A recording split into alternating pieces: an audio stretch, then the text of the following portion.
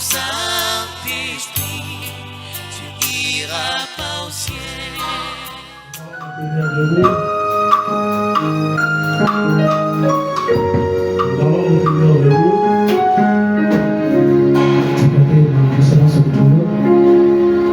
Coco Quicala.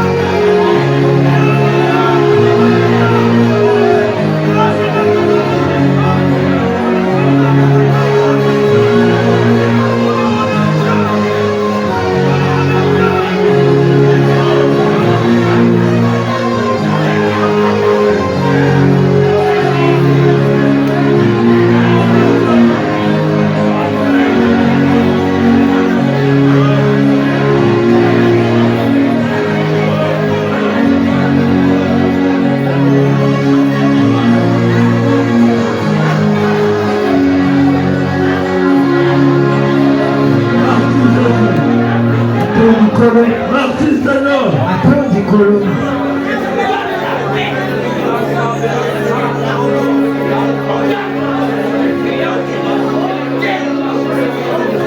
Dieu, votre Père éternel. Toi, le créateur de la terre, du ciel et de la terre. Nous t'étons maintenant de reconnaissance ce soir pour avoir conduit nos pas jusqu'ici, Seigneur. Bien-aimé. Ce soir, nous nous souvenons, Seigneur, qu'au moment où personne ne pouvait nous regarder, au moment où on était abandonnés, il n'y avait personne pour nous aider. Toi, tu nous as aimés. Seigneur, donne grâce, et tu es venu mourir sur le bois de Calvaire pour ce soir, nous venons encore auprès de toi, Seigneur. Et nous te consacrons tout cet ensemble en ta main. S'il y a quelqu'un à péché contre toi, Seigneur, viens nous pardonner. Regarde-nous au travers du sang de ce sous le bois de Calvaire. Seigneur, au ciel, nous voulons tous ensemble ce soir t'adorer, Seigneur.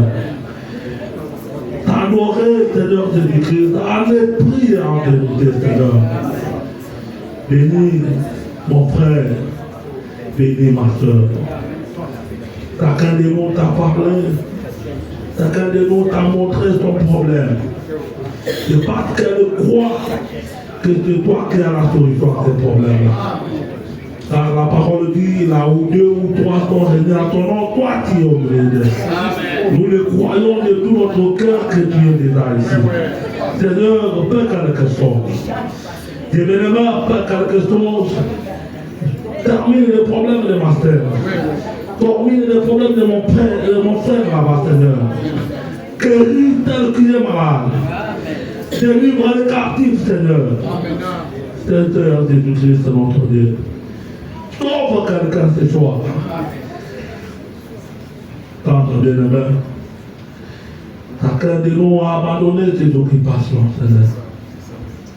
Et d'autres même ont fermé leur travail pour venir à ta présence. Et pour montrer combien ils te considèrent et combien ils t'aiment. Et la Bible dit, personne n'est jamais venu dans ta présence et retourner tel qu'il était en train, Seigneur. Laisse que ces enfants qui sont dans ta présence ce soir expérimentent quelque chose. Oui, Seigneur Jésus. Parce que toi, tu es le Dieu du surnaturel. Laisse que le surnaturel puisse parcourir ce tabernacle. Laisse que le surnaturel puisse toucher quelqu'un ce soir. Oh, tu vas sauver. Bénis mon Seigneur. Maintenant que nous voulons lire ta parole, Seigneur, de grâce, viens bénir ces quelques citations, ces quelques versets bibliques que nous allons lire ce soir. Donne-nous les contenus, Seigneur. Parce que toi, l'auteur de cette parole, viens vivifier cette parole dans les cœurs de tout un chacun de nous. Et nous condamnons de ces lieux, Seigneur, tous les trucs qui ne confessent pas le nom de Christ. Laisse que ta présence saine puisse prendre le contrôle.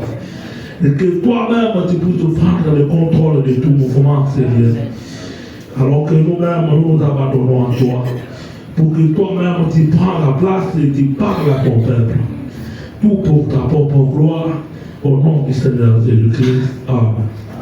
Pendant que vous êtes debout, nous allons lire nos Bibles dans le livre de Matthieu 15. Nous lirons à partir du 6e verset au 11e.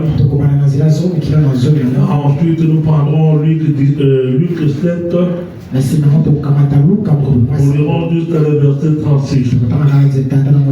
Nous lisons au nom du Seigneur Jésus-Christ. Je dis Matthieu 15. À partir du 6e verset. Vous annulez ainsi la parole de Dieu au profit de votre tradition. Hypocrite. Esaïe a bien prophétisé sur vous quand il a dit: ce peuple m'honore des lèvres, mais son cœur est s'est éloigné de moi.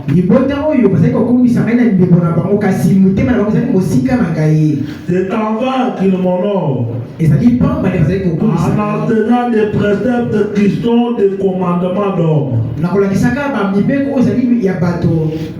Et il a appelé à lui la foule, il lui dit,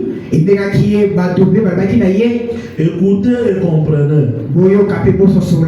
Ce n'est pas ce qui entre dans la bouche qui suit, mais ce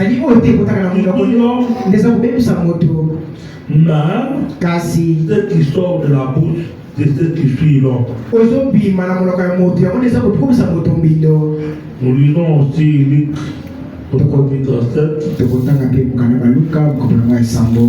Nous lirons juste le 36e verset. Un pharisien pria Jésus de manger avec lui. Jésus entra dans la maison du pharisien. Il était mis à table. Que Dieu bénisse la lecture de sa parole.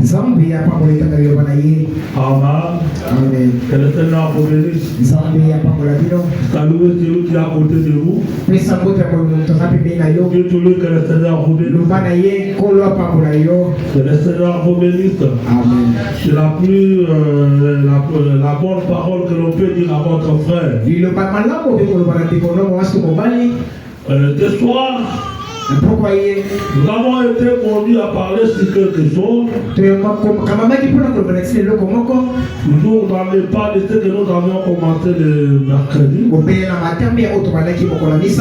là, nous prendrons une direction. Vous savez, mes frères, nous sommes au temps le plus critique. Vous ne pouvez pas venir à l'église pour être dorloté. Vous ne pouvez pas venir à l'église pour tester seulement l'argent. Vous ne pouvez pas venir à l'église pour tester les biens de ce monde. Car Jésus lui-même a dit, testez premièrement le royaume des cieux. Et le reste vous sera donné comme surplus. L'air est vraiment parti. Le tableau vraiment est très dangereux. C'est le temps où chacun doit se mettre au balance. Où chacun de nous doit commencer à examiner sa vie. Parce qu'au moment où je suis en train de vous parler, le monde entier est en feu. Ce sont des signes du temps. Et ce soir, nous sommes venus à l'église pour chercher Jésus. Qui est venu pour inviter Jésus ce soir? Qui cherche Jésus dans ta vie ce soir? Amen. Maintenant, vous le cherchez pourquoi? Pourquoi invitez-vous Jésus ce soir? Amen. Mon sujet ce soir, pourquoi invitez-vous Jésus? Jésus. Pourquoi vous l'invitez? Vous êtes venu à l'église. Le souci de rencontrer Jésus. Le souci de parler avec lui. Le souci de l'inviter sur la Maintenant, la question que je vous pose ce soir, pourquoi vous invitez Jésus? Ici dans la Bible, nous venons de lire l'histoire d'un pharisien. Ce pharisien-là a invité Jésus. On l'appelle Simon le pharisien. C'était un homme qui avait beaucoup de biens. Il avait beaucoup d'argent. Mais il était un pharisien. Il a invité Jésus un jour chez lui. Il avait organisé une grande fête. Il a invité Jésus. Comment vous pouvez aussi l'inviter Jésus? Mais là, vous l'invitez invité pourquoi? Parce que nous sommes bien pour nini. Parce que Timon le pharisien, Peut-être si on a mon farisayo. lui a invité Jésus pour l'humilier. Il y a bien qui est pour dire que ça est sonné. Il a invité Jésus uniquement pour l'humilier. A bien qui est pour dire que ça est sonné. Il a donné une invitation à ton serviteur. Après si le quoi ça bien à mon Il a dit à ton serviteur, moi traiter Jésus, donne-nous cette invitation. A dit que le qui était pour gagner c'est pour ça le quoi ça bien là. On a dit que ton serviteur a parcouru toute une ville. Mais on dit que mon ça voilà quand Il a traité Jésus. quand ça pour le gagner. Quand il arrive ici, Ah ma comme on dit il vient de partir, il y a c'est des jours. auto que négocier. Il est là-bas. Après des jours, Na nasema il mikono. a parcouru toute la tête, il a tenu là où tu es Ah trouvé. kama ni kino ya kudage sika Yesu. Il est arrivé là-bas pointillé. Akome kuna lembaki. Il avait des poussières aux pieds. Alina putruna makolo. Arrivé à la présence de Dieu. Mbona kusasa Yesu. Pendant que lui-même avait ses propres problèmes. Atako yemo ngana makambo na On ye. vient de parler de Jésus de ses problèmes. Sika Yesu makambo na Il ye. était préoccupé à remettre le Ye bien. asaka kama kopesa lokwa sambela. Maintenant de quoi? Sasa hivi na pokwa Il ye. est en train de traiter Jésus. Ozoluka Yesu. Il traitait Jésus pourquoi? Ozoluka Yesu ngopuna ye. Pour l'humilier comme Simon. Kwa kisala kwa Simona. Amen l'église. Amen lo sabu. Vous traitez Jésus. Ozoluka Yesu. Pour l'humilier. Kwa kitisa ye. Ou bien pour l'honorer. Tope opesa le coup. Nous allons découvrir. Toko susura yango. Moi je dirais que frère voilà. Ngai nakota ngobele de Je brother. crois que tous nous sommes les croyants des frères. Kasi kibiso maso ni Je manje. crois même qu'il va faire l'introspection de ta vie. Yono to senono ka bomo ina. Pour voir que les Jésus que toi tu es en train de traiter de toi. Proto mbona ke Yesu solo kana pokwa Il ye. est dans quel objectif? Ozolu kina tina nini? De l'humilier ou bien de l'honorer. Yo kitetu pe ko nene ye. Amen. Amen. Simon le pharisien. Simon le Il pharisien. avait nous. Azaki na monso.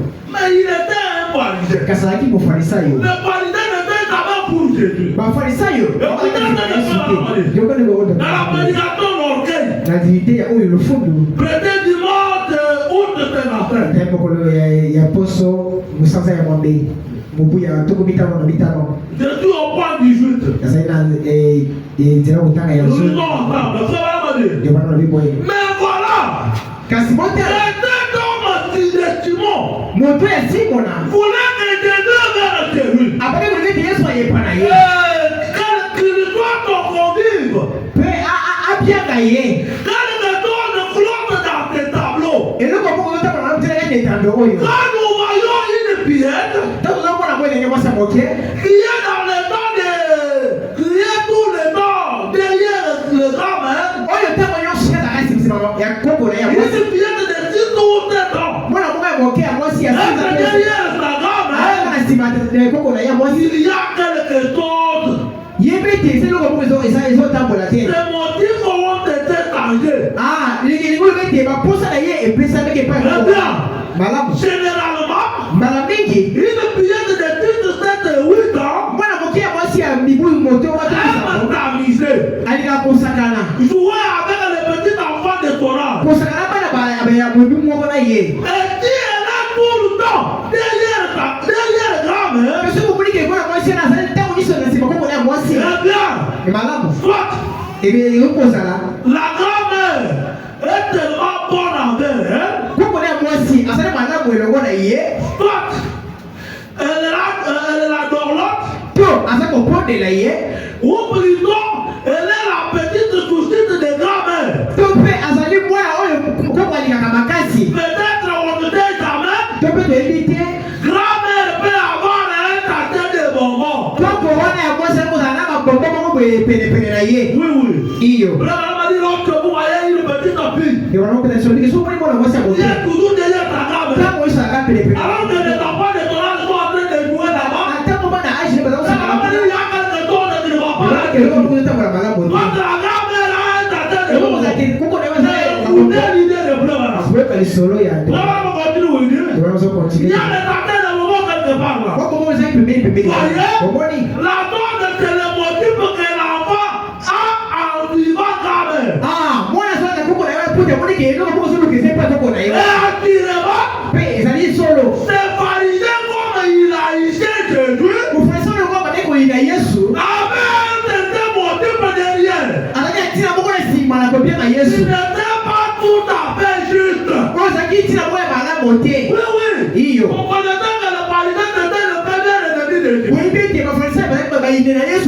liboso. Et donc pour la qualité qu'ils ont trouvé les premiers disciples, Tina omo ba bomaki ba yekola yango. Ba farisayo. Paul de Tarse, Paul un pharisien, Paul azaki mo il farisayo. était en train de tuer les chrétiens de première heure. Parce que mo farisayo. Alaki mo Mais nous farisayo. voyons des pharisiens là, Parce que mo un farisayo. grand homme, Moto monene. un grand patron, Moto qui bosoni. pouvait inviter Jésus un homme de 24 Azobenga Yesu moto moko ya sese. avant que le motif. Mpona ntina nini? Quel est votre motif ce soir? Ntina nini ozona mona poko ye? Quand vous invitez Jésus dans votre vie, Ntango ozobenga Yesu awana. quel est votre motif ce soir? Ntina na yo ozali nini? Quand vous tentez que Jésus puisse faire pour toi, c'est que Dieu est en train de chercher. Ntango ozokende Yesu asalaka yo ozokoluka ete asalela yo. Frère, allons continuer. Ndenge bana bazoko bana Les koloba. gens déjà aiment la compagnie des jeunes gens. Bilenge balingaka baninga. La compagnie des jeunes gens. Bazala pelepele baninga na ye bilenge. Les petits enfants aiment jouer dans la rue. Bana bikemi ya kosala na kati La Bible seka. en parle dans la prophétie d'Ésaïe. Biblia ndio natina hesabu ya Les Yesaya. petits enfants jouent dans les rues. Bana bikemi bazokosala na kati ya Ils baminzi. ont des dons en commun. Bazali makambo ya kokana. Ils ont des dons en commun. Makambo na bango ezali ya kokana. Oui. Iyo. Comment je peux mentir avec toi qui n'a pas des dons de commun? Lolenge kandi ngai na yo kotambola elongo na suki Les makambo enfants, les enfants jouent dans la rue. ndeko lobi kete mboli bana bakosala Les nzela. enfants ont des dons de commun. Eke bana bazali loko moko boye elongo ebukani. On continue. Ndeko bazoko bana baba. Alobi. Les poubelles, Babisana le bango. les jouets, Tope biloko basangana na yango. les servants de bois Tope babanzete na bango. et d'autres. Mpe na makambo mosusu. Les petits enfants se mettent ensemble avec les petits enfants. Bana mike basanganaka elongo na bana mike. Les jeunes filles se mettent ensemble avec les jeunes filles. Bilenge basi basangana elongo na bilenge basi. Les dames d'âge moyen avec les dames d'âge Mama moyen. mpe bongo na bango baza mpe na elongo na Les bamama. vieilles avec les vieilles. Bakoko mpe elongo na bakoko. Les clubs, les diwanites et les rotaries ont des dons en commun. Bitonga mpe baloka mpe baza mpe na makambo ya bango na lolenge ya bango Ils ekokani. doivent te rencontrer dans les clubs pour parler sur la façon dont sur la communauté. Basengeli kokutana kati na bitonga na bango mpe mpona makambo yango esengeli ke bakulitoko na bango ekende liboso. Comment ils peuvent s'occuper des pauvres? Lolenge kani bango bakotala makambo ya babola. Les cas essayants, ils doivent te réunir. Bango basengeli basangana. C'est comme les vieux proverbes du Kentucky que j'ai entendu ma mère citer. ezali lokola esese oyo ya kentuki nayoka mama na koloba. Qui se rassemble, s'assemble. Oyo eza mokano ezali kosangana. C'est tout à fait vrai. Ezali solo. Écoutez ce que je vais monter ici. Boyoka.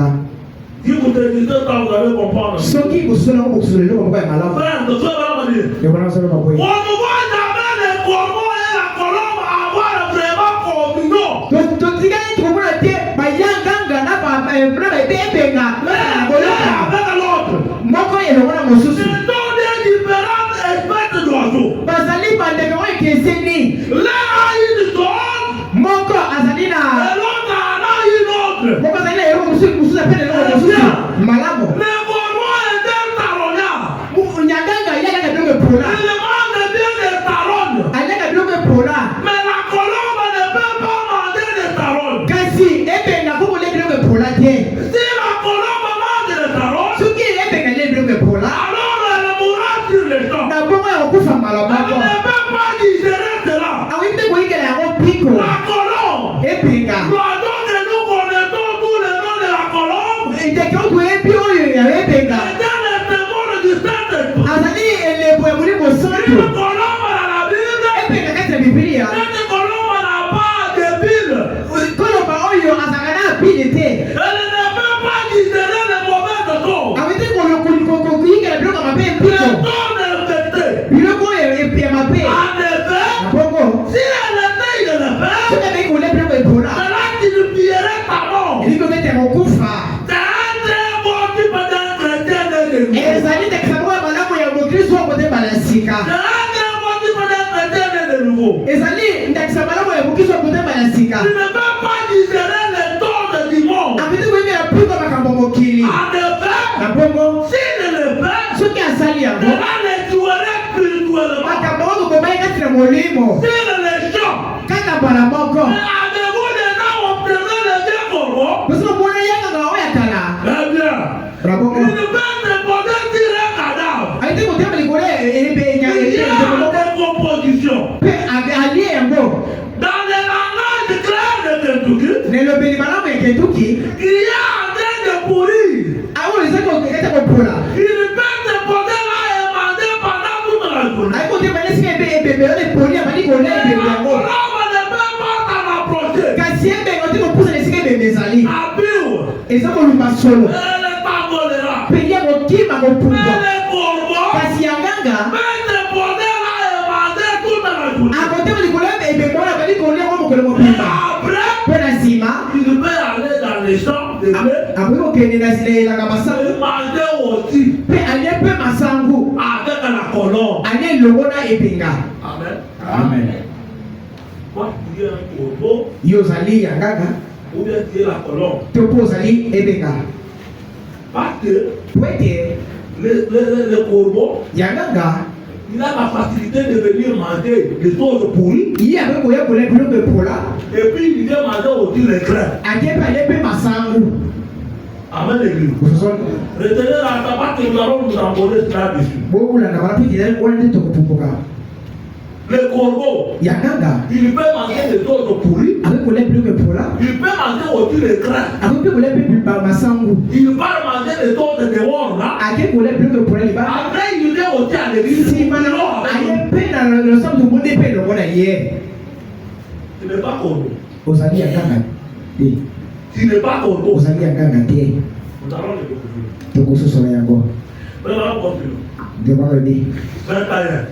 bote Il dit. alobi Il en est un petit hypocrite. eboye nde ezalaka mpona moto bilongi mibale Un imposteur. moto mabe Il peut aller dans le monde, aokende na mokili s'associer avec le monde, kosanganaka na mokili agir comme le monde, kosala mabi lokola mokili vivre dans le monde kobia kati na mokili et se réjouir des plaisirs du monde. mpe kosepela baposa ya mokili Bien-aimé, comment toi tu te sens à l'aise avec tes amis? lolenge tani yo ozalaka malamu na bato ya mokili Comment tu te sens à l'aise avec les amis païens? ndenge ozalaka na baninga bapanga biozala bango malamu Dans cela, Kababo, boni nde makambo à l'aise, tie à l'aise le couloir du quartier, bakuluna isi kofanda il est à l'aise avec ozala bango malamu des femmes prostituées. pasi ndumba Il est à l'aise avec eux. yo kofandaka malamu na bango Il y a quelque chose qui doit faire. eloko moko ekotambola malamu te kati na yo On a dit. Ndeko. Puis venir à l'église. na nsima kosambaka bona Et elosamba prétendre être chrétien. mpe akomino betasele mokristo Mais kasi les véritables chrétiens mokristo ya solo ne peuvent pas aller dans le monde abitoke na mokili et revenir. mpe kozonga Il y a quelque chose qui ne va pas. sokamoni bongono moko ekotambola malamu Et te si cela montre, te yango eza kotalisa dites-moi qui vous fréquentez, lakisaka moto kotambola na je ye vous dirai qui vous êtes. nakoloba oyo ozali Laissez-moi entrer dans votre maison tikanga kota na ndako na yo et voir ce que vous lisez. kotala mabi oyo totangaka Voir ce que vous lisez. kotala oyo otangaka Laissez-moi entendre. tikanga yoka Voir les gens dans votre maison. noka mindula nini yo yokaka Les gens de musique que vous jouez. oyo oyokaka na ndako na yo Laissez-moi voir que les gens de magazine. tikanga nalanda bamalo ebisu Que yonanaka les gens de littérature vous lisez. makambo nini otangaka Laissez-moi regarder dans votre bureau. tikanga kotala ndako na boyambi Et voir s'il y a un grand tas de ces poteaux vulgaires. ata soki eza na bafoto ya mabele ya mpindo wana Dans les téléphones. kati na batelefone na yo Dans les téléphones. kati na batelefone na yo Les potes vulgaires. makambo ya mbindo Même toi qui es devant ata yo moto si obala quel genre d'images il y a dans les téléphones? bililingi nini yo otiaka na kati na telefone na yo Avec cette atmosphère là, na zebi wana et tu viens ici mpe oyei awa pour empêcher les enfants de recevoir quelque chose de lui. mpona kozongisa bana nzambe te baya biloko boko ota epa na nzambe Dans votre télévision à la maison, vous regardez quoi? na etando ike na no ndako kuna otalaka nini Quelle est l'atmosphère que vous avez à la maison? C'est fini, nous avons un d'accord. Est-ce que l'atmosphère à laquelle tu vis de toi à la maison, qui te dit venir de toi, tu vas partir? C'est Dieu qui a fait un d'accord. Ce qui est soyez, n'a pas quoi y est. Il y a un côté de l'homme, il y est. Ça dit mon tour là. Pardon de me dire que tes enfants voient ça. Makabo ya mapema na basala kawana. Et tu ne fais rien. Puis on peut que ça va monter. Tu rigoles. On conseille na yo. On ne va pas demander de tenter le petit. Tu vas dire va monter la makabo mape ya mbindo. Et tu es venu à l'église. Peyo yena lo sambo. Notre sœur bien-aimée. Ah, tu connais ça mon Notre frère bien-aimé. Tu connais ça mon bien-aimé. Un corbeau. Yanganga. Un corbeau. Yanganga. Un corbeau. Yanganga. Comment on va dire? Et comment on va? Vous, les démons vont entrer les magasin. Tingata makabo yo landaka. Les littérature. Makabo yo tamaka. Aujourd'hui, les journaux que vous avez. Les loyo vital surtout bilo bilo landaka. Le frère. Yo allez les gars au Vous n'êtes pas même encore arrivé au point de se marier. Au combien de temps la temps on va la tête. Mais les choses que vous lisez, c'est que vous avez tellement de livres combat draguer. Ah, yo a beaucoup qui na tamaka. Comment faire tes La parole d'amour. c'est que toi qui as. Yo tamaka. Toi qui as. Ndema kubizo ndima. Et dans les Facebook, là, tu es dans quel groupe? Pe, na makupu wana bitonga ni ku, etonga yo sala kana kati. Dans des groupes où on a que des bêtises là-bas. Na ba bitonga ba tana ba bilinya mape. Et toi-même, tu es administrateur là-bas. Yo kutunde mutozo kamba etonga yako. Chez nous là-bas, nous avons eu un cas. Kuna tanga ilo kamomoko Où il y sana. avait un groupe aussi de célibataires dans le Facebook. Ezaki na etonga moko boya ba baba nzemba. Et il y a des célibataires là-bas, des jeunes filles et des jeunes gars. Ezaki na bilenge mbasi me balo bala bala. Après là-bas, il y a eu un jeune qui Ezaki na sima na wewe na ndeko mosi moko ya peku sabaki na ndeko mobali. et il a entêté. Pe azoki achaki. Il lui a fait avorter. Pe abibisi ni sengi yango. Dans les groupes, Kati na bitonga yango. on s'est rencontré où? Dans le tabernacle. Ndeko mokutana wapi? Célibataire tabernacle. Tukutana kuna na ndeko esika mongongo ya baba mize. Vous venez ici. Pe oye na Vous rosa. allez là-bas vider le taux de puant. Ok, kuna ngini makabuzulu mbasolo Le pe. taux pourri. Makabe pola. Vous venez ici. Pe oye na wao. Pour donner quelle atmosphère. Kuna upesa biso zembi nini? Ozikote upesa biso minika nini? Ce n'est pas une histoire qu'on vous dit de détruire les dieux. Boye na Yesu yani solote akolobela bino. Yesu azoya. Moko na mikolo. C'est là qu'il prie. Yo kusutuka. Là, dit les gens qui seront surpris ne sont pas les Touma et les Tours de débat. Donc on mette bata kusutuka ezali bato na kombo tete bato na Les gens masanga. qui seront surpris ne sont les membres de l'église que vous êtes. Kasi bato kusutuka ezali bidama masambo lokola pio. Pas de débat à l'église. Yo kutoka koyena losambo. Mais menez la vie de la parole, vous ne menez pas. Kasi pika kombo ya liloba oko Vous pika te. seulement de venir à l'église. Yo sepaka koyena losambo. Dès que tu es membre de cette église, Ko sepaka yo zekazana inama losambo. dès qu'il y a des livres de la parole de Dieu. Kasi awo etali bebeka liloba. Lipongo tolo. Corbeau. Yanganga. Matière de Starona. Yo yaka biloke pola. Ça va dire. Dekono koloba.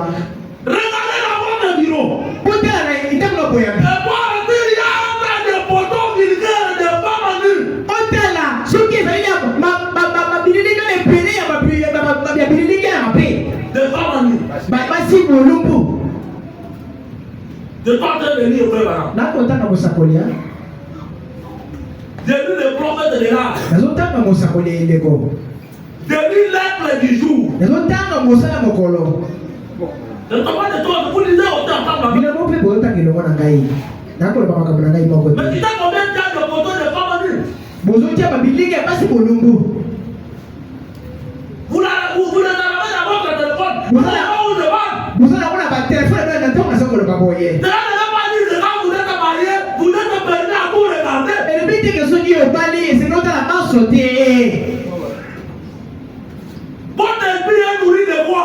Molimo na yo olesa nango na nini? Vous nourrissez votre esprit de quoi? Molimo na olesa nango na nini? Non, là, on va dire. Ndenge mpona koloba Lisez. alobi Et si vous me dites que vous êtes un chrétien, ke soki olobi yango ozali mokristo je vous dirai rien. nakobona eloko moko te Mais dans mon cœur, kasi kati ya motema mongai. Observerez les genres de fruits que vous portez. Nene kotala bamumanini yozo pimi satoni sala nyo sala. Oui. Iyo. Nous observons les fruits. Tutaka de bambumo to misala. Il y a même tous les traités de fruits à travers. Ngana saya na mbala mo kabonda na oite. On regarde les fruits. Tutala de bambumo ozo pimisa. Une vieille maman qui a la quantité de dire de bêtises, maman dit ne va pas toi. On peut voir comment on colo, que ça pour le baba bouillon par le monopole à ta avec les baba. Asali pena mo tana bole baba miche pola. Papa m'a dit. De quoi on va? Il dit. Allez. Donc devenez les gens de plus que vous portez. Maïna kota bopele, donc moi ils ont pibisa. En effet. Na bongo. C'est là votre nourriture. Yango de pilier ina yo. Oh, dites-vous. Oh, zo biloba. Nazali mwana ina ba ina sa. Malamo. Alors vous n'avez pas le droit de me juger. Na bongo, bwana wewe osambisa ngaite. Frère Branham. De Branham. Je ne vous dis pas. Na ko sambisa bino te. C'est la parole qui vous dit. Liloba de no sambisa bino. Amen. Donc si tu dis au frère, toi là, il va la trahison. Ah, il veut nous montrer quoi? C'est lui qui gagne la CTT. Parole qui vous dit. C'est la parole. Liloba de so ils ont Mais si c'est pas, vous lisez ensemble. na ko tanga bino ko tanga lo wana ngai. Vous allez aujourd'hui, vous ne venez pas écouter à la hauteur. Le zo bi lo Vous wana zo bi. venez tout, vous allez partir à l'Europe. Et c'est Vous le temps allez quitter la partie. Ai yo ah, bokena kwa. Ko so le pam. Nana ko so le pam. Qui va arrêter? Nana ko so le pam. Il te donnera la parole, tu vas aider tes églises. Oh, yo c'est le banza de soli, de soli ça mon papa là yo. L'église a accusé de toi. Ecclesia, elo we singana yango. On t'a pas pauvre. On le On t'a pas orphelin. O mo aso na baba. Wala sa mo wala Mais kwa. toi-même, Kasi yo tu be. n'es pas conscient de ton état. O yebite était venu au salé. Oui, Iyo. tu n'es pas conscient de ton état. O mi ye bate o nyo On salé. t'aide. Pwe to lu kanzambe. Mais tu vas te les autres hériter de toi. Kasolika kake ba mosusu ba yokela ba yo mawa. Yo moko be yokela mawa te. Tu n'as pas le temps de prier. Tango e mopondela ezala kutu lisusu te. Tu es encore célibataire. Ozana bonzemba. Tu ne peux pas abandonner ton âme à la maison pour venir dormir à l'église. Okite kotika beto le bila ndeko na wala na iglesia wa te. En train de prier. Kata mopondela ka. Alors quand tu te lèves à lui, Kasita koyo kobala. tu as ma cause pour dormir. Yo kaka kolala tina 8h. Frère m'a dit, Ndeko na makolo ba. je dis ceci. Albi boy. Il dit, c'est la parole qui vous dit. Liloba nde mutekosambisa bino. C'est vrai. Ezali solo. Votre fruit, Bongo mana bino. votre vie, votre état que vous êtes. Bongo ya biso na sabo yo sali. Frère m'a dit, Ndeko na bi. oh là là, Oh là là. c'est pas l'idée devait avoir un certain motif derrière cela. Mo falisa wa singana na kisa bongo na sima na yango. Qu'est-ce qu'un pharisien? Mo falisa ni ngola tsanini. Frère m'a dit, qu'est-ce qu'un pharisien? Mo falisa ni ngola tsanini.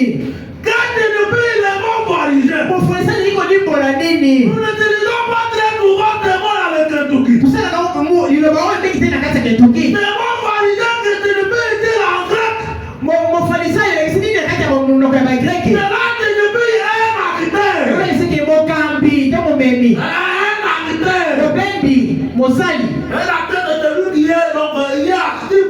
Mo tata kosala. On doit Ça kosala ba. Ici nous avons des acteurs. Ah tana ba anter. Quand nous pensons que notre frère est bien aimé chrétien, on est un acteur.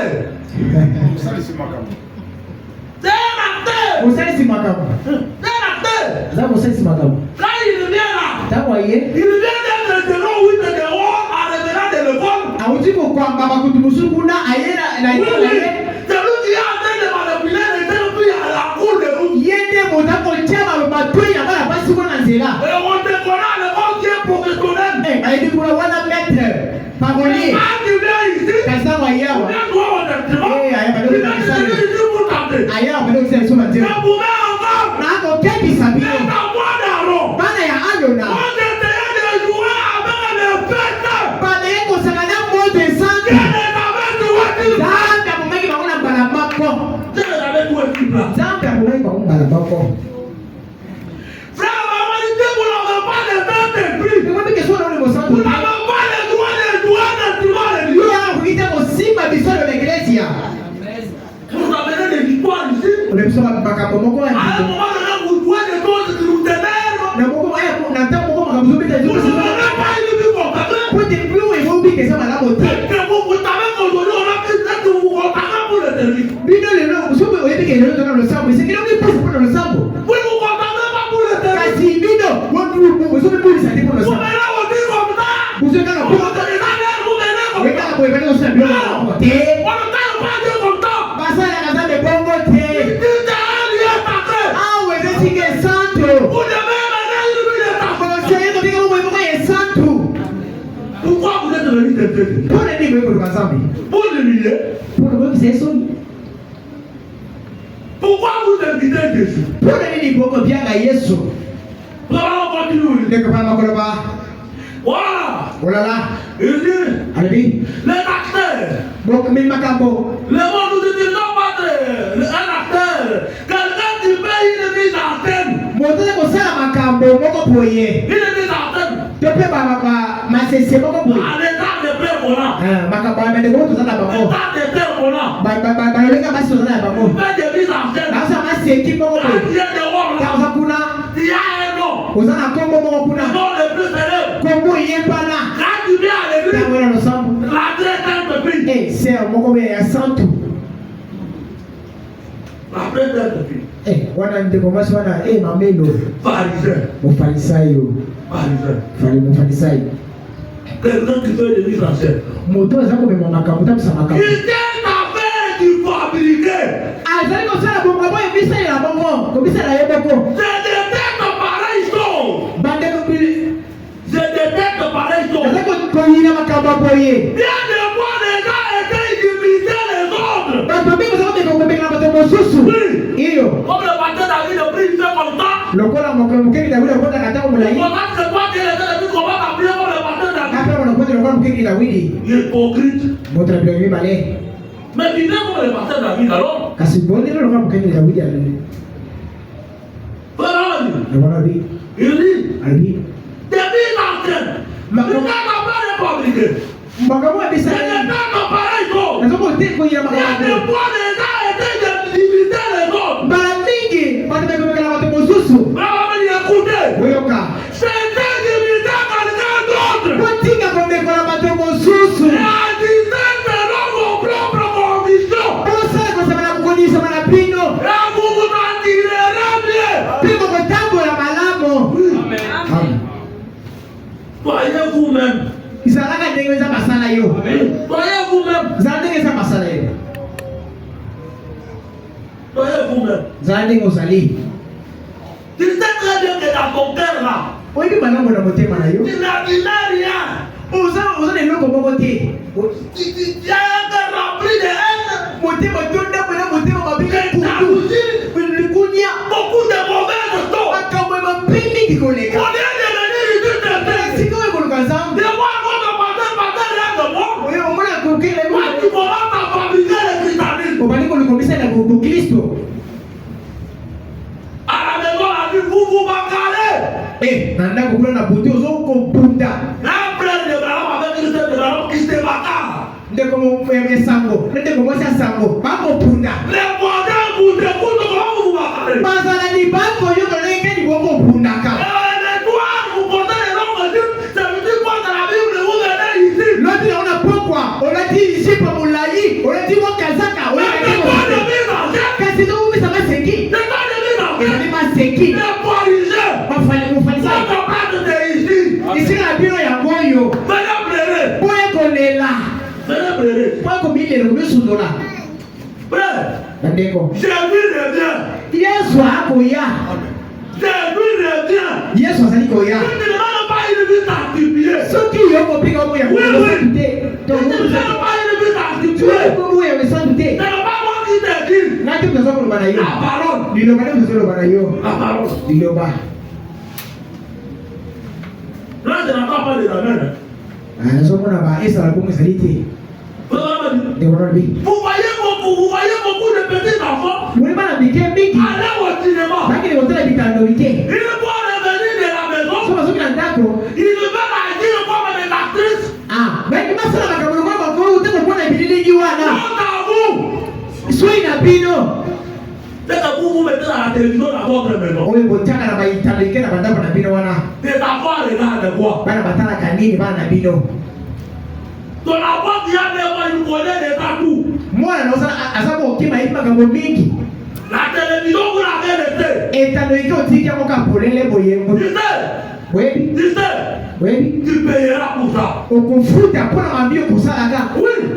iyo Vous pensez de mettre au monde, vous mettez au monde, mais vous avez la responsabilité de diriger ces enfants. mobile mokati yake kobota esili ozana mokumba likolo ya bana wana biloti wana moto Il répondra pour ta femme et pour tes enfants. akoyanola mobali akoyanola mpona mwasi epi mpona bana na ye Alors vous les hommes que les femmes dominent, il va répondre quoi? yo mobali oyo mwasi amatelaka yo koyanola mpona sia nini ye ewanalobi Il dit ceci. alobi boye Honte à vous. soki na bino À Hollywood, na bahollywood à Los Angeles, na San Jones j'ai tenu beaucoup de raisons là-bas. nasali bamayanga ni mingi Mais mpona quand je pouvais que la plupart des gens qui ont grandi dans l'environnement américain, mpe na solite bato mingi bakoli kuna meboka amerika et la peur de mise en scène, meka kosala maseki omonaka na hollywood nous sommes des grands acteurs, tozali bato bazokopitamisa makambo ya des bideka pharisiens. bafarisayo Les voilà. bomoni bango wana Vous les verrez. bokomona bango Il est rentré longtemps devant les grands. ntango yiso ya likolo ya etano ike Quand est-ce que tu auras le temps de te réveiller à 3h, 2h prier? kasi ndenge otalaka etano ike ntango yiso wana onganini okozala nango mpo te obanda kobondela Parce que toi, tu regardes la télévision jusqu'à 1h, 0h. obanda kotala ntongo kina 1h0h voire même 3h C'est justement incliné mon tête. Il y a des gens qui vont lever la main ici. soki kati bokuma bisebino bato batombola bisai bato Maintenant, bakotobola une fois quand vous restez devant la télévision, la télé jusqu'à 0h, 1h. kasi sito oyo otikalaka liboso etano ike 0h kino Quand est-ce que tu auras le temps de te réveiller à 4h, à 3h pour prier? ntango nini okozwa ngonga kolamukalaka 3h mpo obondela Parce que Paul a dit que ce sont les gens qui font beaucoup prier parce que les démons t'ont endormi. bano ete bangonga wana eza bongongo eseli kobondela te po ete satana alali Oui, oui. iyo À 3h, 4h du matin. na ngonga ya 3h ngonga Quand tu 0h fais un rouge de malade, tu rentres tes lèvres pour prier. ezali ngonga oyo binombe batelema mpona C'est kobondela le moment où tu as accompli beaucoup de grandes mpe choses. ezali ntango nzambe asalaka mabi minene Ah, maintenant, là, toi, tu peux te réveiller pour prier. na bangonga wana yokoki kote kobondela otona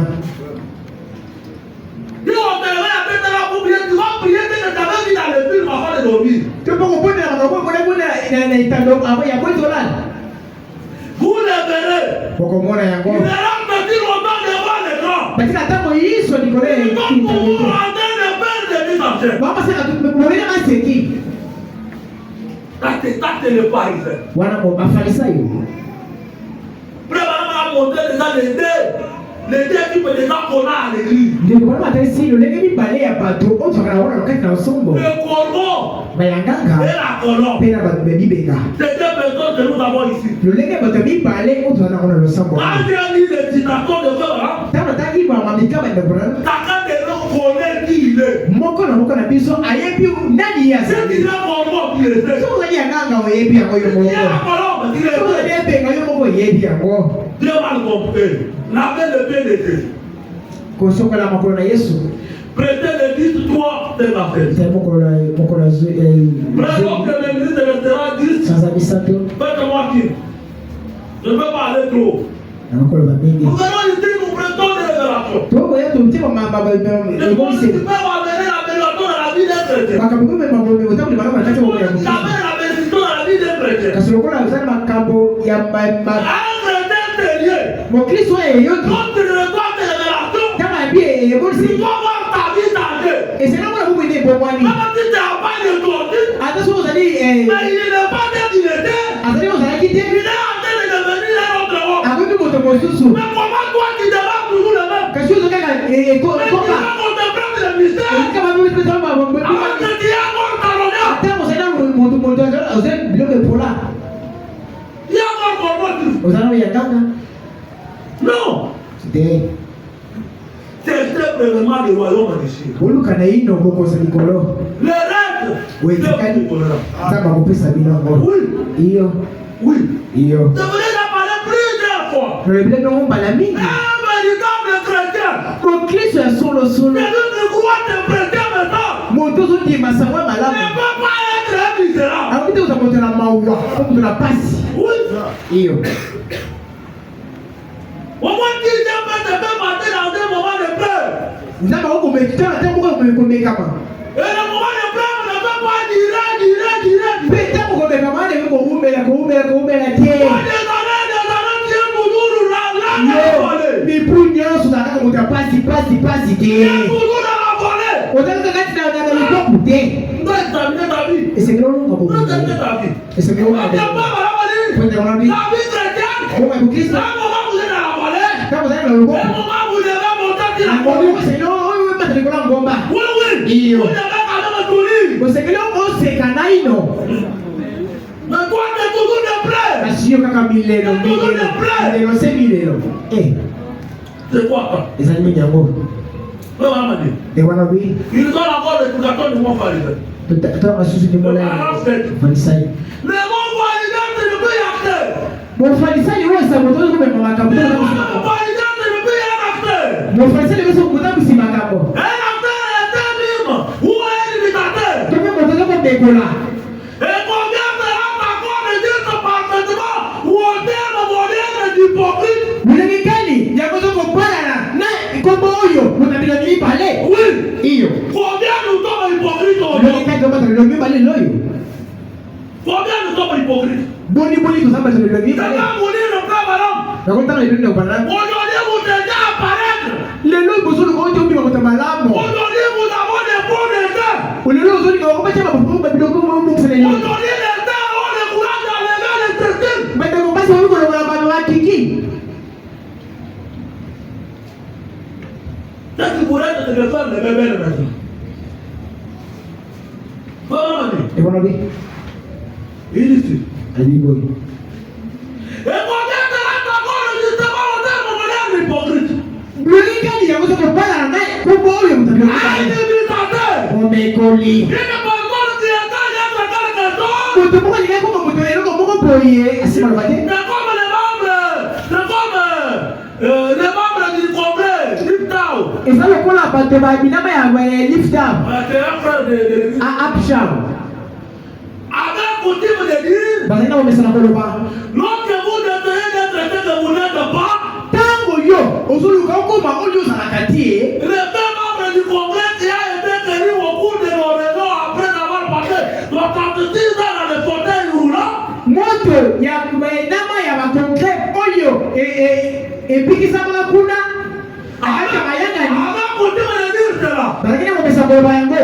ne soyez pas ce que vous n'êtes pas. Bozala tie oyo oyo te okoma oyo bozali tie. Ça c'était la date du district. Wana ezali lisese ya kote kasi. Les pharisiens avaient invité Jésus. Bafarisi bayapengaki Yesu. Eh bien, il n'avait aucune conviction. Malamu Yesu akileta bokani te na Yesu. Il devait donc y avoir un certain motif égoïste. Azalaki na ntina moko boye ya bopimi. Il n'avait rien à commettre. Azalaki te lelo moko boye eloko na Yesu. De parler. Po ete baloba. Oui. Il Iyo. n'en avait pas. Azalaki na eloko moko te. Jésus était un pharisien.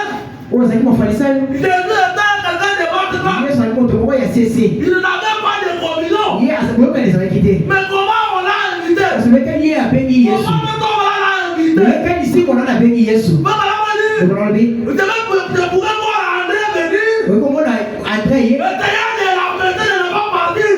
Kopekisa Yesu Yesu okende kuna te. Je pourrais voir Pierre venir. Nakoki komona Petro Le okende. théâtre de la fête ne va pas Kopekisa Yesu partir. mokonzi okende kuna te bakoyoki Yesu. Mais Jésus a dit qu'il serait. Yesu alobiki na okende kuna. Mais il allait pourquoi? Kasi ayebaki nini ezalaki kuna. Il allait pourquoi? Abandi okende kuna mpona nini? Et alors même toi, quand tu invites Jésus, tu l'invites pourquoi? Yo mpe ntango ozobenga Yesu obenga Yesu mpona nini? Dieu mal compris. Nzambe ososolaki mabe. Le 23 Dieu est au contraire. Mokolo ya bituku mibale misato motoba Papa m'a dit. ndeko na bi. C'est pharisien. Mofarisayo. C'est pharisien qui l'a invité à dîner. Mofarisayo abengaki Yesu mpe tekaki elongo. Cette fois-là, un grand bandit. Wana azalaki Moto moto ya mbongo minene. il l'a mal compris. Asolaki Yesu mabe. Il pensait simplement le faire venir là. Abandaki kobenga ye boye ekomisa ye place wana. Il n'a pas très longtemps, j'ai apporté été là, on le pesa sa mona et vous t'avez et là, il y a pas de monde pour y passer qui va à la Chicago. Vous faites le baki? Malade. Regardez-les là-bas. Quand elle est avant de courir. Avant de courir. Les pieds sales. Makolo, les saletés. Et tout. Peu comment? Tant que petit enfant est entré. Peu, pour les gens qui sont à côté. Tant que petit enfant est entré. Vous êtes à côté. Et là, la mère avec tes larmes. À son collier, sur la pisolée. Et avec Dieu, avec tes télé. Peu, par où c'est ma colonna, monsieur qui l'a Il eu. a dit. Permis. S'il était un prophète. Sur la gueule, ça colle. Il t'aurait des autres de femmes et là. Yeah, moi si il y a un autre problème ma colo. Il t'aurait des autres de femmes et là en train de nous laver les pieds. Qui est sur la gueule ça colle? Elle n'a pas moi si il y a un autre problème ma colo. Cela prouve qu'il n'est pas prophète. Ah, moi dis oyo, elle a essayé de dire ça dit mon sabolité. Cet homme-là, Mon frère ça y il avait appelé Jésus pour l'humilier. Appela qui Yesu pour que ça y est soni. Frère Branham a dit, De mon avis, là, en Israël, pour Israël. donc vous organisez des grandes fêtes, Quand vous allez te faire mon aide, vous invitez les gens, béni, béni, béni. à l'entrée, là, il y a quelqu'un avec de l'eau. Les côtes ils allaient botter dans la main. Quand vous arrivez, il vous lave le Quand pied, vous allez sur le et on vous parfume. Pe bache o ma. Et si vous entrez, Pe okoti. j'étais content. Zaki bon. Mais là, à la fin, nous, on avait invité Parce que Jésus. t'es comme ça qui Yesu. Quand Jésus est venu, personne n'est tombé du fait. Tellement Yesu a yéyi botte botte dans la qui Yesu. Jésus est entré avec les qualités de Yesu prière. a continué ma sanité Là, wana. vraiment, il y a en Israël, comme il y a des bêtes, on va quitter des bêtes. Et on peut essayer de voir ma ngombe na ba ba Il y a ba beaucoup de matins fréquents des bêtes en route. Bana ko suma na nzela mingi. Maintenant, on appelle les piétinés là. Kata mozo tambola wana Vous mozo. allez être avec la cuillère et l'odeur. Ozo tika na solo ba nyei ya ba mura. Ya mwana bi. Normalement, on devait les laver. Sengeli ki ma solo Yesu makolo. Mais on ne l'a pas fait. Kasi basali yango te. On l'a mis dans ton coin. Batie esika na ye On a commencé mopasi. à rigoler. Babandi kosenga ye. Ye alobaki aza kosaboli. Tala oyo. Et avec des longues jupes comme ça malaye même des sables. Et regarde ceci. Oh, moi je suis message, je ne joue pas au jeu des 6. Je ne joue pas aux dames. Tu peux nous montrer quoi? C'est toi qui es sans, c'est toi qui vas entrer aussi. Il commence à rigoler. Il s'en malade pour la maman. Et ils ont invité Jésus pour cela. Bien Yesu pour la maman. Et pourtant, c'est pas aujourd'hui qu'il est invité. Il y a un signe aussi, il y a un peu aujourd'hui à Yesu. Parce que Jésus aujourd'hui c'est la parole. Yesu le lose ami loma.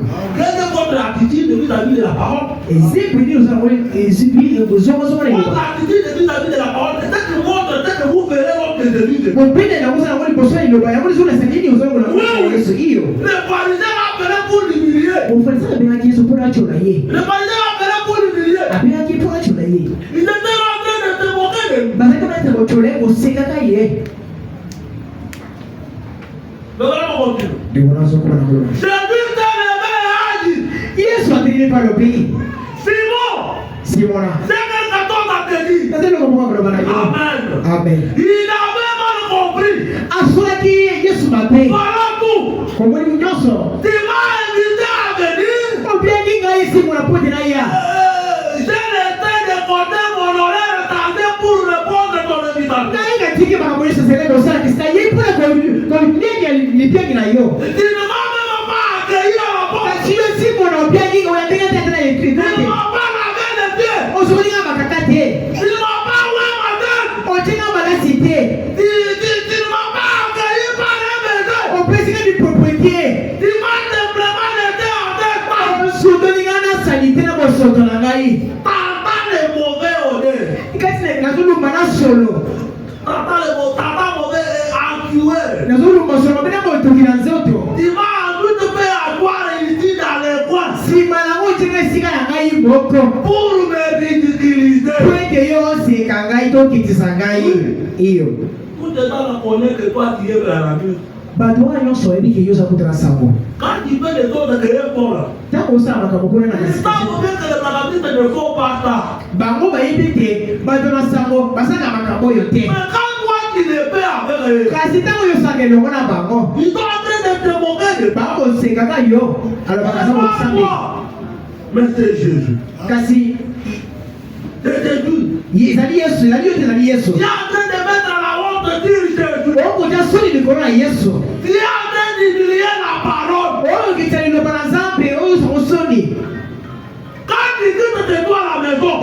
bandako na yo. Pour aller te le border. Pour que ne pas mozala. Commencer à parler le mal de l'autre voisin là. On va na kotonga na kuzana mosusu wana. Humilie Jésus. Oh, koyoki sa Yesu soni, ozokitisa ye. Humilie la parole. Ozokitisa liloba za besoni. Oui. Iyo. Quand toi tu vas jouer le pari foot. Toke na C'est kobeta. le président. Ba pari foot wana. Quand toi tu vas jouer le pari foot là. Toke na kobeta masala. Quand tu joues le pari foot là. Kobeta masala wana. C'est humilier Jésus. Za koyoki sa Yesu soni. Frère. Je ne veux pas encore arriver au milieu. Kama utamwata na katikati ya tena ngate nini? Comment on dit? Ndio nabii. Tu vas entrer ton père à toi ici. Lazima na Mungu tika kusula. Okoli singa yao. Singa na ngai bo puyo kisana isi. Kasi. Cette femme. Mwasi oyo. Elle n'a pas tenté de mettre mes pieds. Ye, atiki kupesa kwa propriété. Elle ne va pas de témoin. Za pasanga na bazeli Elle nete. ne va pas avec des larmes. Kila sokoni makaka na ngai na piso lina ye. Les larmes de repentance. Me piso lia ya kumuyakoli. Quand le merveilleux de haut. Oh, mai ya malamu nini? Et tu es avec tes terreux. Oh, azo apangusi ngana suki na ya Et motu. de toi contre toi, Timon. Na zako lero mo ko tele balo simona. Mais en vérité, je te le dis. Solo solo zako bana yo. Tes nombreux péchés lui sont pardonnés. Siku ya mwanzo nyosho ebele wana libisa mi. Amen. Amen. Simon avait mal compris. Simona asolaki Yesu mabe. Elle avait compris. Kasi ye mwasa asolaki Yesu. On te disait, Amane ko biloba. c'est un simple homme. Moto ya sema bado ba oya moto ya bo. Pe Elle est Dieu. pe azali Ton sauveur. mo mbeki sangai. Il a été mal compris. Mo mbeki sangai asolaki mabe pa Mais Simona. encore aujourd'hui, Lelo ye pe lisusu Yesu asolaki mabe pa na biso. Iyo.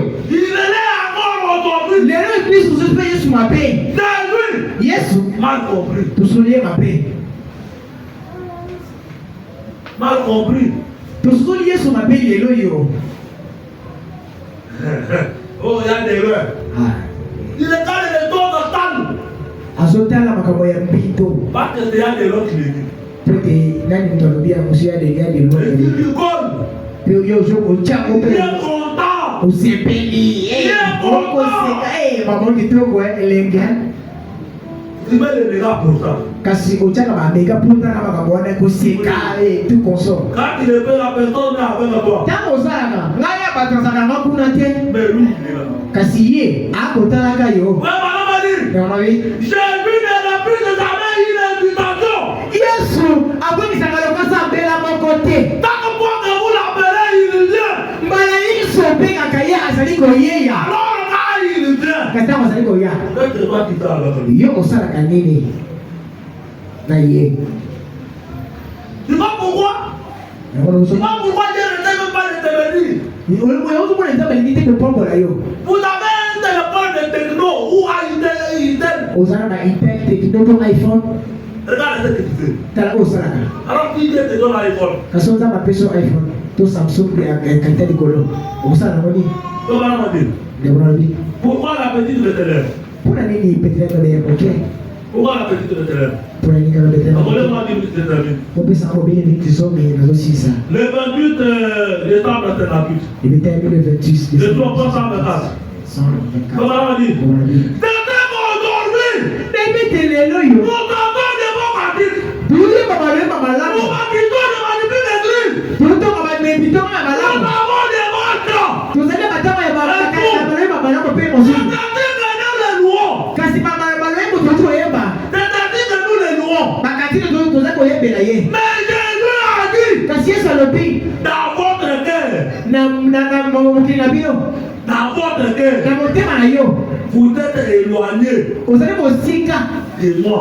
na ngai. Mais malgré qu'il vienne vous aider, Ate ozali koyebela biso awa. peut-être que tu vas avec un des hommes. Tebika ozosola bandeko elenge mobali moko boye ozoli makambo mosusu.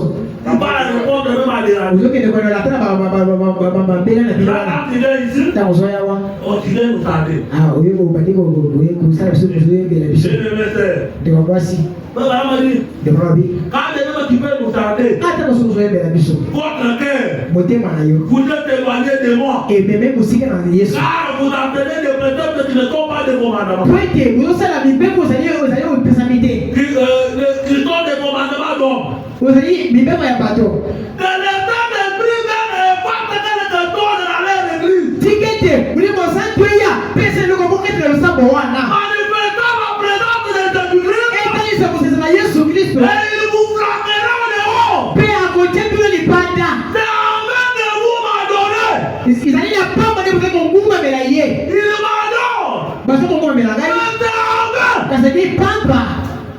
Peut-être que Dieu est aux yeux. On dit que vous avez un nom qui. Mais tu viens tous les jours à l'église. Que c'est malade, soit dans le sang. Je peux déjà commencer à compter ici. Vous êtes malade pour le cabissoir. Quand déjà les amis. Vous sommes venus. Mais tu ne vois pas que tu vas brûler la fête. On peut être aussi quand on dit fait. Au lieu de te répartir, C'est un peu là. tu te contentes avec ta tonterie. Oh, c'est pas là qui te donne. Wow. Il est d'accord. Parce que vous m'avez là. Mais Kasi. c'est avant que vous le faites. Bah, ils ont dit pampa pour moi, mais la pile En maintenant comme doctrine des traditions d'hommes. la question est ici, il n'y a pas de Amen. Amen.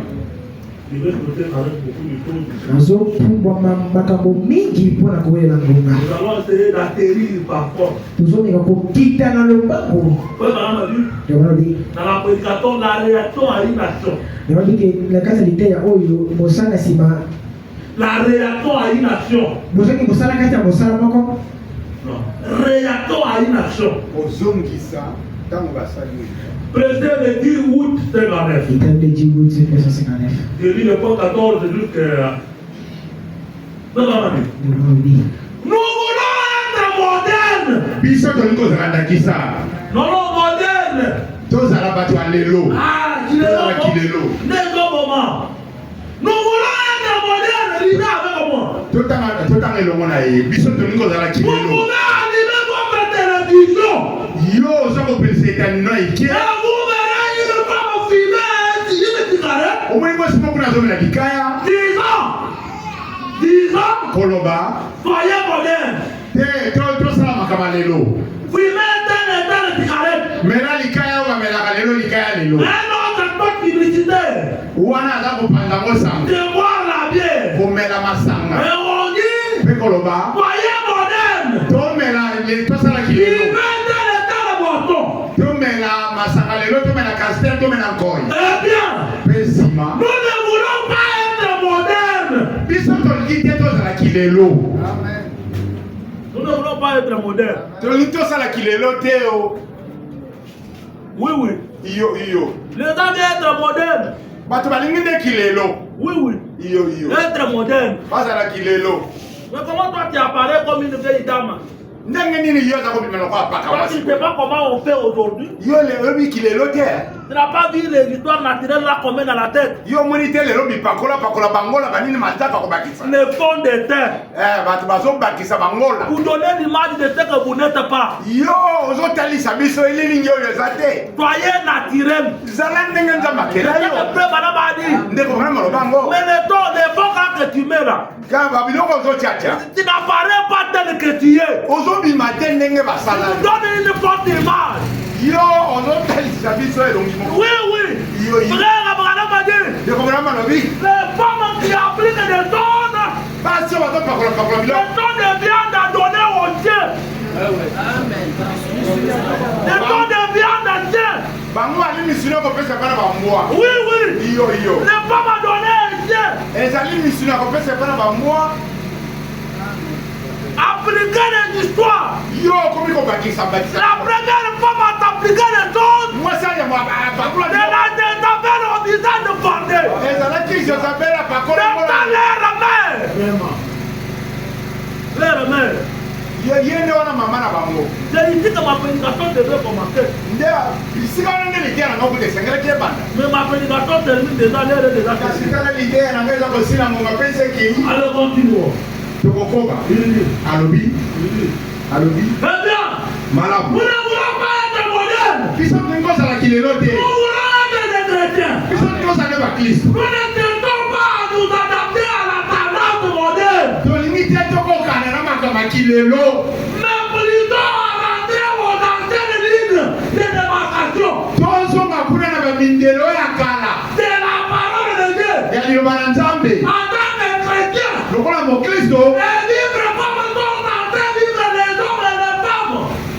eza lokola pasi na mibali suivant l'ordre du Dieu tout-puissant. kolanda alima ya nzambe na nguya nyonso C'est lui qui a dit, yesu alobi il a décrit. ekomami L'homme ne vivra pas de pain seulement, moto akobika kaka mpona mais lipakola de toute parole qui sort de la bouche de Dieu. ntongo ndenge liloba nyonso kobima na monoko ya Nous nzambe pouvons vivre de la parole. esengeli tobikaka nde liloba Mais aujourd'hui, kasi lelo nous voulons devenir modernes comme un jadis. biso tolingi kozala lokola bango ndenge babika ndenge kala Et le gouvernement avait approuvé de là. bukulaka endimaki yango Avait approuvé de là. andimaki yango De même, mpela moko le gouvernement approuve de là aujourd'hui. lelo mpe bukulaka azondima yango Il y a quelques années, eza mibu oyo les toli 20 ans, les 30 ans, mibu tuku si mitano les femmes marchaient alors dans les rues, habillées comme les gens, aujourd'hui, basi babandaki kolata kotambola na balabala lokola on lelo les aurait mis en prison. nzoka nde esengeli bakanga bango Mais le gouvernement approuve de là. nzoka nde bokulaka ezondima Et bango nous voulons devenir modernes. biso tolingi ndeki lelo Je dirais ceci, avec tout le respect pour notre gouvernement et notre pays. na limeme nyonso mpona kokulaka ya mboka na biso C'est une œuvre du diable. ezali mosala aza bolo Le diable à l'œuvre. zabolo nde akoti na Je mosala crois uniquement à la vérité de l'évangile de la Bible. nga na kondima kobela bosolo ya sango malamu ya À bibilia l'ancienne mode. oyo ya lolenge ya kala Donnez-moi un amen. opesaka me te Mais autrefois, kasi mbaleleki c'était immoral pour les gens de boire. ezalaki makambo ya mbindo mpo na bato wana Et aujourd'hui, lelo vous trouvez des petits adolescents ivres. okomona bana bilenge mibali bazalango masanga Ouais. iyo Mais à combien de votre nom vous qui vivez dans les cassettes, boni bino bomelaka na pupu bomela bankoi qui met les graines dans les comblés là, les copains là. osombi energie okamati akene osopi na kati omona energie nzoka Vous nde pensez akene que le frère boit de l'eau, mais vous le voyez seulement boire de l'eau en train de faire de ozosala loko ozomela mai Regardez l'image. nzoka nde otie nde akende na kati C'est nous là, parce qu'on a avec notre ministre même. okuna motiei nde azosala mpe Il a makambo mis un comméré ici avec la bière. atie komela atie nkoi na À kati un moment donné, il prend, il le voit. azwi akamati amelema Un moke frère est venu voir que je vais te le voir. etianga na lingi kaka oyo Vous êtes là. yo mpe oza kuna Quel pouvoir.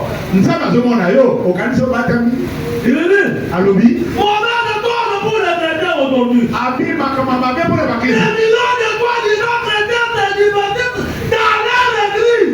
bakristo ebele bazomona nde makambo kosepelisa kosala makambo bakokata bekele En jouant la carte. kobetaka bakarte Faisant cadeau de petites voitures et tout. kopesapesa mwa bamakambo biloko ya mike mika kokabola Les jeux d'arnaque. Les jeux d'arnaque. kokende kopesa masana misolo Pour cela, avec les simples loteries. wana nyonso na bokoma obeta bawine Le pari fout et le winner. basi lelo bazobeta bawine C'est une chose mauvaise. nde makambo mabe Et la déchéance a atteint toutes les nations. makambo wana ekolo mobimba C'est l'esprit du Dieu vivant. nalobi na wina na nzambe yango moi N'en parlons pas même. toloba yango lisusu Mais les rois disaient à leur époque, kasi bango bazaloba na ntango na bango kala c'était un ordre. ezalaki na lima Nous avons donc tout détruit. bango baza kosala makambo na ndenge ya lima Pendant que vous vous tenez debout, ntango totelemi likolo je suis en train de terminer. ngai wana aza kosilisa On va dire au caractère. ndenge bana malobi yango na Et aujourd'hui, lelo nous avons détruit les manières à l'ancienne mode. biso tozosala makambo lelo na kala tobebisi De la sainteté et de la justice. wana boye mosantu oyo ya lelo na kala Et nous avons hérité des tendances modernes. biso tokomi kolanda makambo ya kilelo Oui, oui. iyo Des iyo tendances modernes. makambo ya kilelo Les ministères du message, c'est de venir me demander les gens pour commencer à danser les danses qui ne sont pas bonnes. okomi kosala bato okomi kobindela biso moutwage Pour réformer ça où? makambo otalaka ngo Et wapi de l'autre côté. otalaka ngo na ngambo wana Frère Abraham a dit, ndeko bana malobi nous sommes membres de tel grand ordre. biso tozali binama ya boyeboye to basomolo Nous disons chrétiens, tobilobeli bakristo parce que nous sommes membres de tel ordre. pote tozali enama kati ya to Parce que nous sommes membres de tel ordre. pote biso twalaka mosikiso olo Frère Abraham a dit, ndeko alobi. Ce n'est pas le christianisme. Yango te mon Kristo. Le christianisme. Mon Kristo.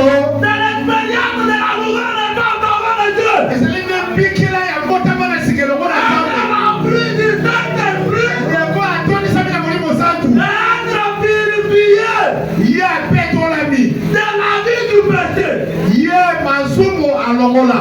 Mener une vie pure. Abali kobikela bongo Et enoko ya pete. être devant Dieu. Mpe mosantu liboso na Et Nzambe. devant les hommes. Mpe liboso na bato. C'est là où on te décrit de la mort. Wana elongoli ntonga ya kufa. La mort devient alors une victoire. Liwa ekomi kowele masolo apamba. Oui, oui. Iyo. La vie n'est pas tellement devant Dieu. Bomo ekobele liboso na Nzambe. Dieu voit. Nzambe azomona. Et nous aussi nous voyons. Biso mpe tozomona.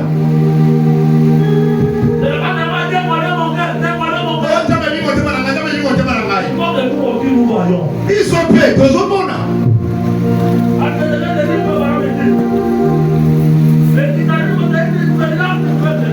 Si tu n'es pas encore rempli du Saint-Esprit, Soki otonisami na Molimo Santu te, tu n'as pas le droit de t'appeler chrétien. komibengaka mokristo ata te. Oui, oui. Iyo.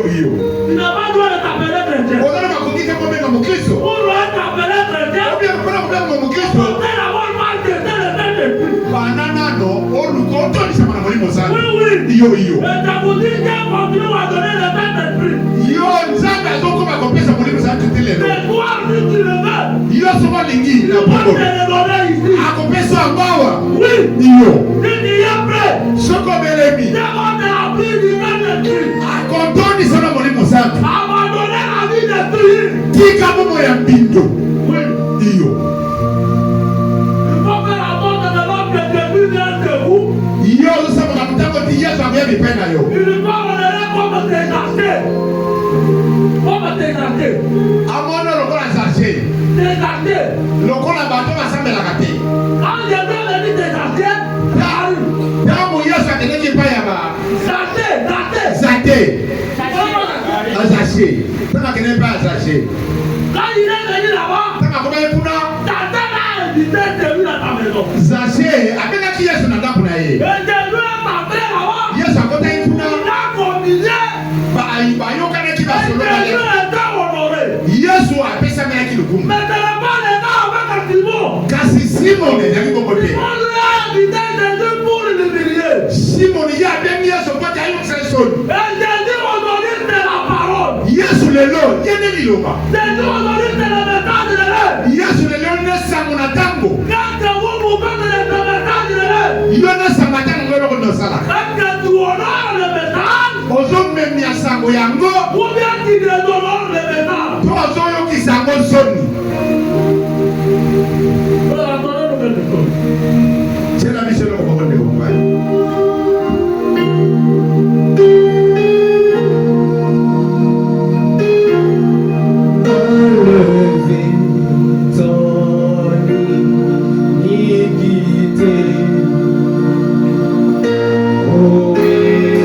Regardez